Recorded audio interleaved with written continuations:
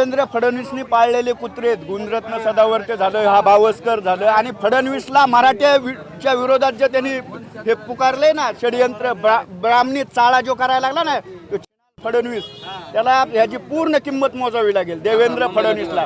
तर मराठ्याची ताकद किती ना, त्या बामणाला आम्ही ह्या इलेक्शनला दाखवू 2024च्या.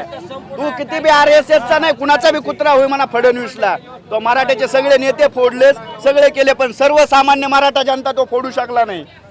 सर्वसामान्य मराठा पूर्ण मनोज जरांगे पाटलाच्या सोबत आहे, आणि देवेंद्र फडणवीसला ह्या महाराष्ट्राच्या मातीत आम्ही गाडणार. छत्रपती शिवाजी महाराजाला ह्या बामणाने जेवढा त्रास दिलता ना, त्याच्यापेक्षा ह्या फडणवीसच्या रूपाने जरांगे पाटलाला त्रास सुरू झालाय आज. तर ह्या फडणवीसला महाराष्ट्राच्या मातीत आम्ही जर नाही गाडलं तर आम्ही आमचं मराठा म्हणून मागे लागलो.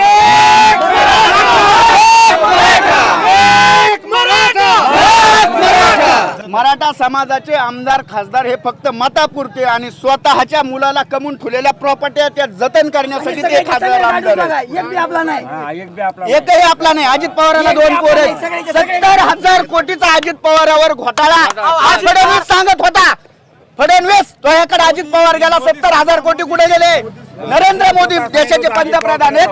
70,000 कोटीचा घोटाळ्याचा आरोप नरेंद्र मोदींनी अजित पवारावर केला. तो घोटाळा गेला कुठे? मी राष्ट्रवादी काँग्रेस पार्टीचा सरपंच आज. त्याला आज आम्ही त्या पक्षावर मुतलोत. आज आमच्या माणसाच्या डोळ्यातून पाणी आलं. आज संपून टाकू अख्खे, काय गुन्हे नोंद करायचे. देव जर तुम्ही रडायला तर तुम्हाला आम्ही सुट्टी देणार नाहीत, कारण हा महाराष्ट्र मराठ्याचा आहे.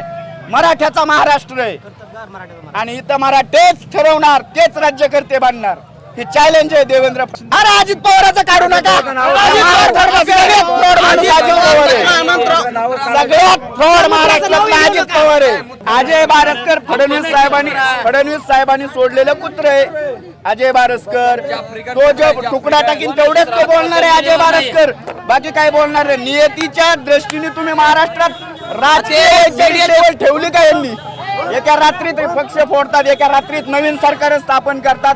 ह्या लोकांच्या किंमत आहे का? देवेंद्र फडणवीसचाच कार्यक्रम आहे.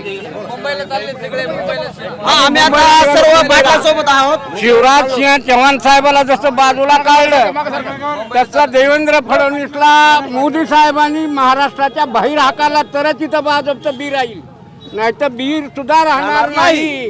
मोदी साहेबांनी फडणवीसला महाराष्ट्राच्या बाहेर हाकललं तरच इथं बीजेपीचं बी राहील, नाही तर महाराष्ट्रात बीजेपीचं एक कमळ सुद्धा फुलणार नाही. आमचं अजय बारसकर कुत्रा आहे. अजय बारसकर हा माणूस आज फुटलेला आहे, आणि 4 पैसे घेऊन जे आज महाराष्ट्र बोलतायत का, त्यांना सदा काही पण लाज लज्जा शरम काही वाटत नाही. आपल्या समाजासाठी जो माणूस झटतोय त्यावर बिनबुडाचे आरोप करतात. आज दादांनी सांगितलं की, दादा म्हणाले अख्ख्या पूर्ण महाराष्ट्रभर माझ्यावर एकही गुन्हा जर दाखल असेल तर तुम्ही द्याल ती शिक्षा मी भोगायला तयार आहे, असं आमच्या दादांनी आज पूर्ण खुलेआम सांगितलेलं आहे.